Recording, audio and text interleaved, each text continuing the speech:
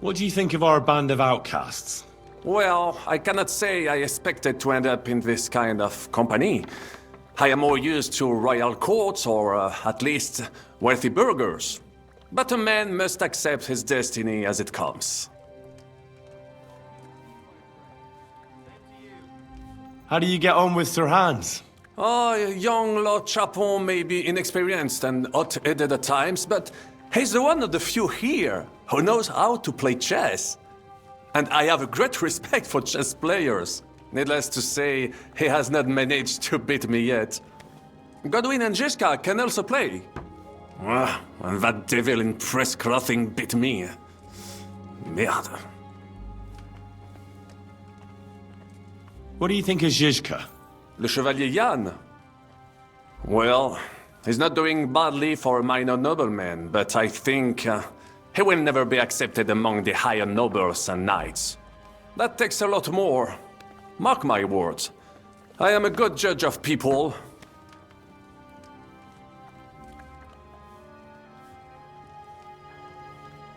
Have you met Godwin?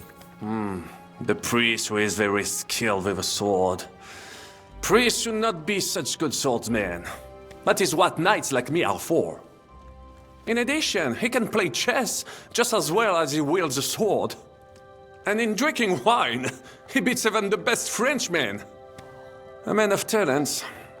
Or perhaps the devil is behind it.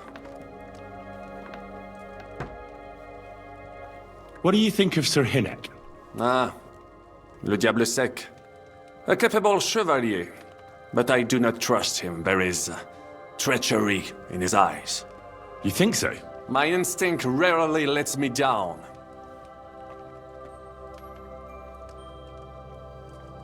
What do you think of Kubienka?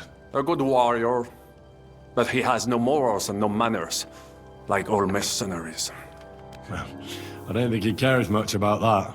And that is just the problem. How can you trust a man who does not want to be a knight? How do you get on with Janosch and Adder? Oh, those two. Once in Kuttenberg, I also had a servant who pretended not to understand me and thought I did not understand him when he spoke German in my presence. But he was wrong. He is no longer my servant. Have you had the chance to meet my half-brother yet? Samuel. It is strange that he joined your... our group. It is not usual for his, people. But he's certainly a good reinforcement. I can't get Catherine out of my head. I don't understand her. I'm sure you have more experience of love than me. What do you make of her? Why is she with us? You're right. I am a connoisseur of love like I am of wine. But for my taste, Mademoiselle Catherine is of somewhat aged vintage. Though, I have to admit she's full-bodied and fragrant. That's not really what I meant. Why is a woman like her with us? Là est la question. I had the feeling something terrible happened to her in the past. So do I. But what? I have no idea. But she is fond of you, if you ask me. Try asking her, and maybe something will come of it. L'amour. Oh, come on. I am a good judge of people, trust me. L'amour.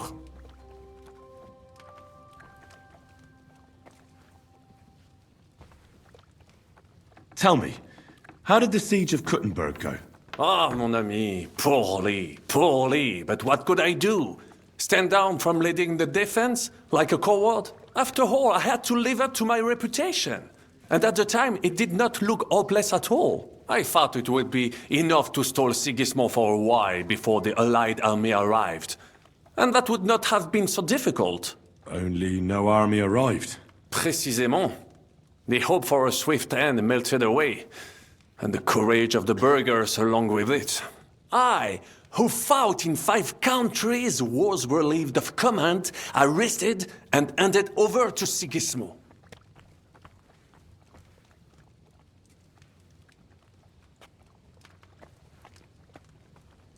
I heard your attack on the trebuchets was a disaster. It is true, but that was not my fault. The Kurtenbergers blamed me to cover up their own failure. Ces connards. I made the correct decision, but I was given bad intelligence. The Kurtenberg spies that I sent out reported that the trebuchets weren't defended, but they were too cowardly to take a good look from up close. This tragedy would never have happened if it were not for their stupidity and lack of heart. But enough of that. There is no point, as you say, in crying over the spilled milk. One must move forward. In the meantime, however, I can pass on some of my experience to you. After all, I am not getting any younger, so it is time to pass my wisdom on to future generations. I'd like to learn. Unfortunately, I cannot right now. Come later, mon ami.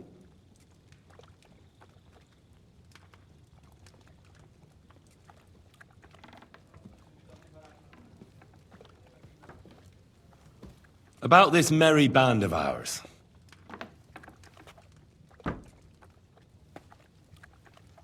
Sir Vauquelin, you've had an exciting life. Tell me some stories. Bien sûr. Your interest is gratifying and quite understandable. Where does the name Brabant come from? That is simple. My compatriots call me that because I am originally from Brabant province. And, the name stuck. One day, I shall tell you about my place of birth, but I am sure you will long to hear about the conquest of Arezzo, yes? Or would you rather hear how I saved the King of France from certain death?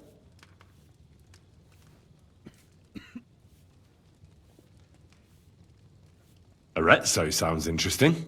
And so it was.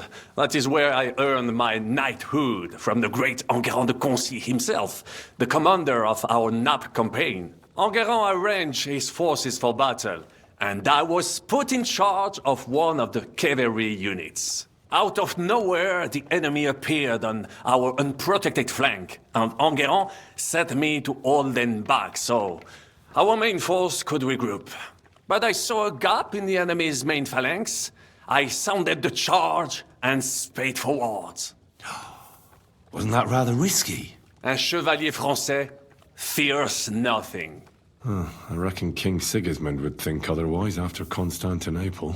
That was completely different.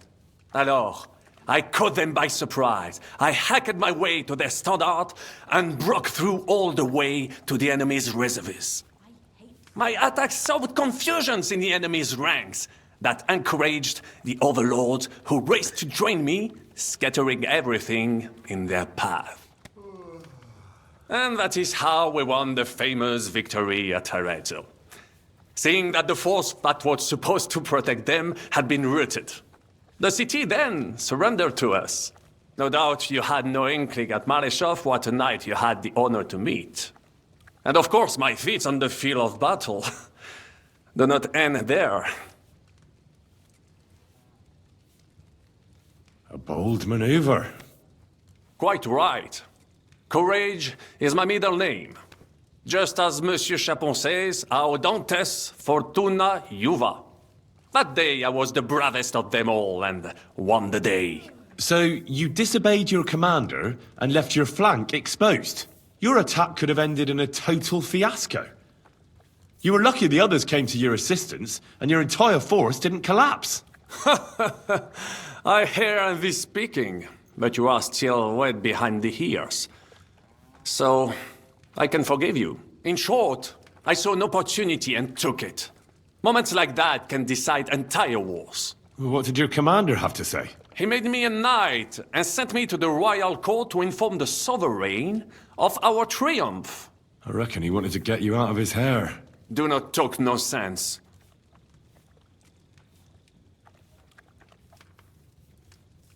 What other feats have you performed in battle? Oh, many, mon ami. For one battle does not make a warrior. It would take a week to recount them all, so I will just tell you about my second greatest feat. On the Italian field, we faced John Hawkwood, a ruthless Englishman and a fearsome warrior. Surrounded, we were at his mercy. Night fell, and we knew he would attack at dawn, and that would be it. But just then, Providence put an idea in my mind.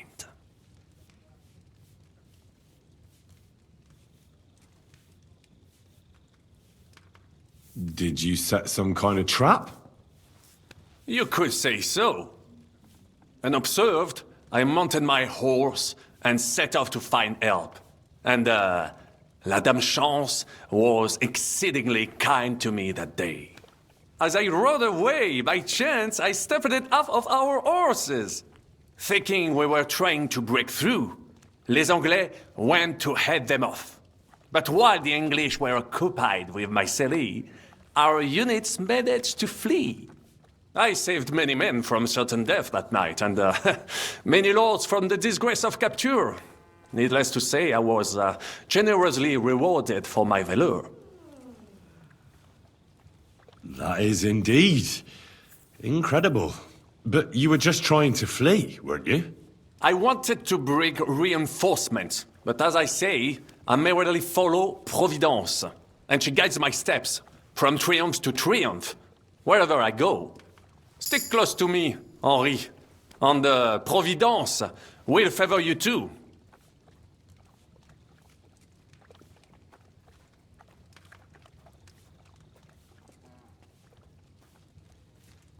How did you save the King of France? With Providence as my guide, mon ami, I came to the court from the field of battle to bring news of our victory, because, and remember this, the bearer of good news is always rewarded and cherished. But the king was in a bad mood and did not wish to be disturbed.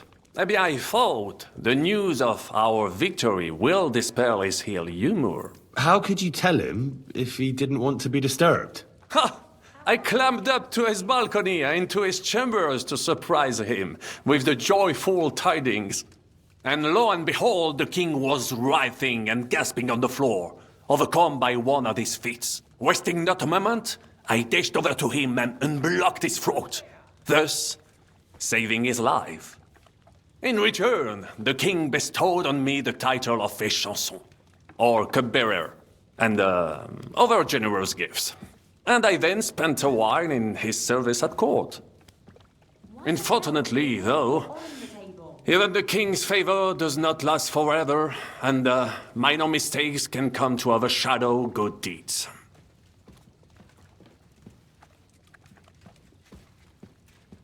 What happened at court that led to you being out of favor? Well, perhaps I shall tell you some other time. Would you not rather hear about the glorious duel between Le Gris and Carouge? Tell me what happened at court that caused you to lose favor. Ah, a major setback and a gross injustice, mon ami. It is an unhappy memory, because it was the first time that La Dame Chance abandoned me. It's nothing to be ashamed of. We can all learn from our failures. And I bet even your failures make for great stories. Oui, that is certainly true. Very well, then. I suffered a combination of misfortunes all at once. But bad luck in business and on a hunt were the worst of all.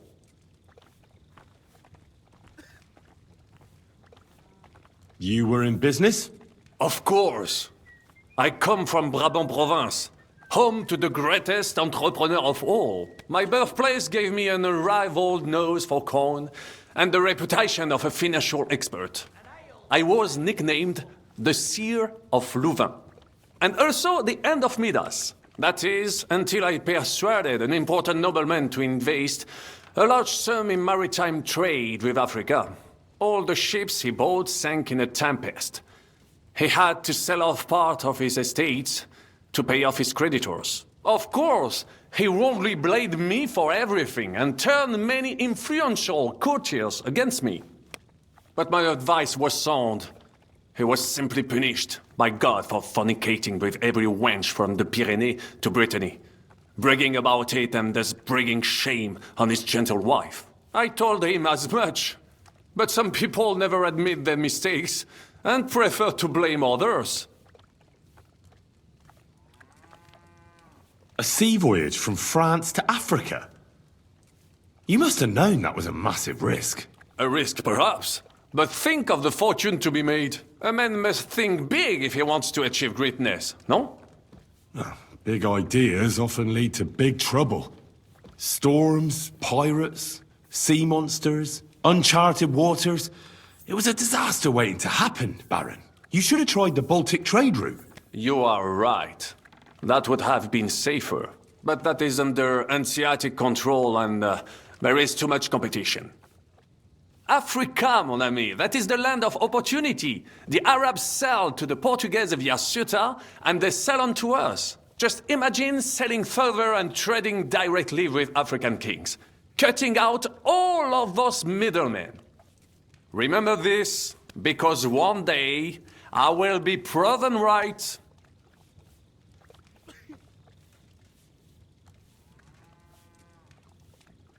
What was the hunting incident? We were out in the royal hunting grounds when I caught sight of a white stag. There had long been rumors about it, so imagine the prestige I would have gained by getting it. I set off after it, pierced its flank with arrows, and unleashed the hounds to finish it off. When I arrived, it turned out that my aunt had not killed a stag but the horse of a lady, a court favorite of the queen's. I fell out of her favor, and all the doors became closed to me.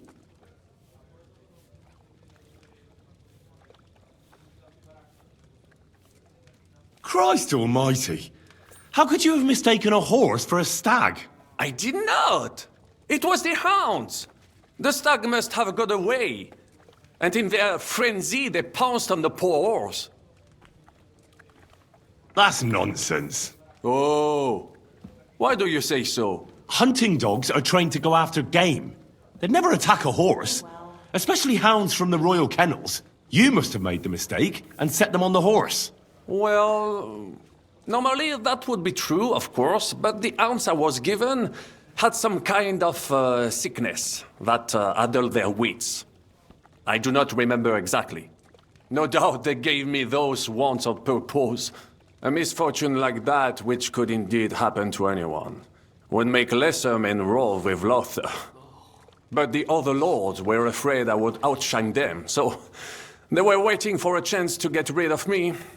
And that chance came along, unfortunately.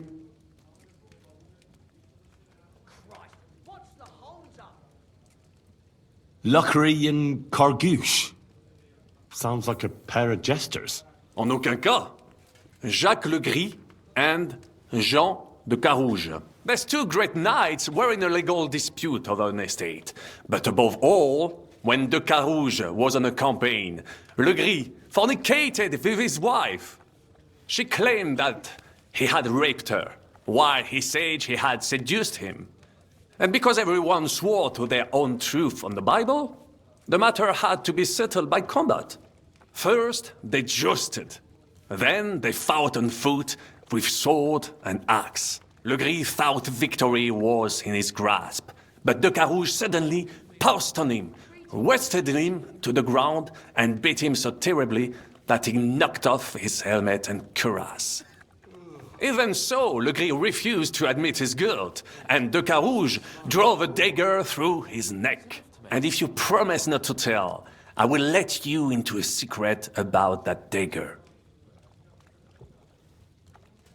Tell me the secret. I promise I'll keep it to myself. Bien. As I say, de Carouge killed Le Gris with a dagger. And I found that dagger in the mud after the duel. A blessed blade, an instrument of divine justice. The dagger that ended the last trial by combat France ever witnessed. An item of great value. So, I had several copies made and sold them to rich French noblemen. That is how I first came into wealth. And I used the coin to buy the horse and armor I needed to set off in pursuit of glory in battle. Ah, that was a good idea. I'd never have thought of that. You still have a lot to learn, mon ami. But you're young, you have plenty of time. Just keep your mind and eyes open, like I did. It was one of the greatest things I ever saw, and I have seen a lot. Believe me. Half of France came to watch, including the king himself, who then banned trial by combat in France forever. I later told the story to anyone who was interested. One of my listeners, a certain Froissart, wrote my icon down and became famous.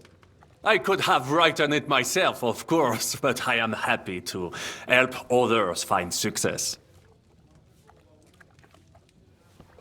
Tell me about Brabant province. Is it far from here? Quite far. From Bohemia, you would go to Bamberg and then follow the river Main until it joins the Rhone. Then you sail down the Rhone until it reaches the sea. And there, between the river and La Flandre, you will find Brabant, with its wealthy cities. Anvers, Bruxelles, Louvain, and many others. But those three cities are the equal of Paris, Rome, or your Prague. Both the Dukes of Burgundy and the Imperial Princes would like to annex our land to theirs, because its flourishing trade has made it rich. But like everywhere else, you can only come into wealth by birth or by enterprise, which is how I did it. How did you end up here? Leaving the court with a modest sum, I launched to visit faraway lands. I traveled a lot, spending time in various countries, and having many great adventures. When I learned that l'Empereur Charles, that great friend of France, had built the magnificent city of Prague in Bohème, I had to see it. So people in foreign countries speak highly of Prague? Bien sûr! It was abroad that I heard of King Wenceslas' silver city and its reputed vast wealth. I bought the abandoned Miskowitz estates and shares in the Kuttenberg mines. And for a time I settled here to provide for myself and wait for King Wenceslas, whom I wished to serve. But even here fate did not let me be. When Sigismund brought his army to the city, I appointed myself to lead its defense. For how better to make King Wenceslas aware of me than by saving his beloved city? Victory was assured, but the burghers had other ideas. The city was handed over to the enemy, and I with it, stripped of my possessions. I languished in captivity, until fate again stepped in by sending you to Malishov. Sir Vauquelin, I'm surprised how well you speak our language. Where did you learn it? Where do you think? Here, of course. Ce n'était même pas difficile. Perhaps I have already mentioned that I am guided by Providence. She endowed me with many talents, mastery of language among them. I can communicate almost everywhere in a word, and learn every new tongue in a trice. I now speak French, German, Italian, Latin, Hungarian, and Czech. Some English, though. That is only a necessary evil. Thanks for sharing your stories with me, Sir Vauquelin. I'd like to learn something. Unfortunately, I cannot right now. Come later, mon ami.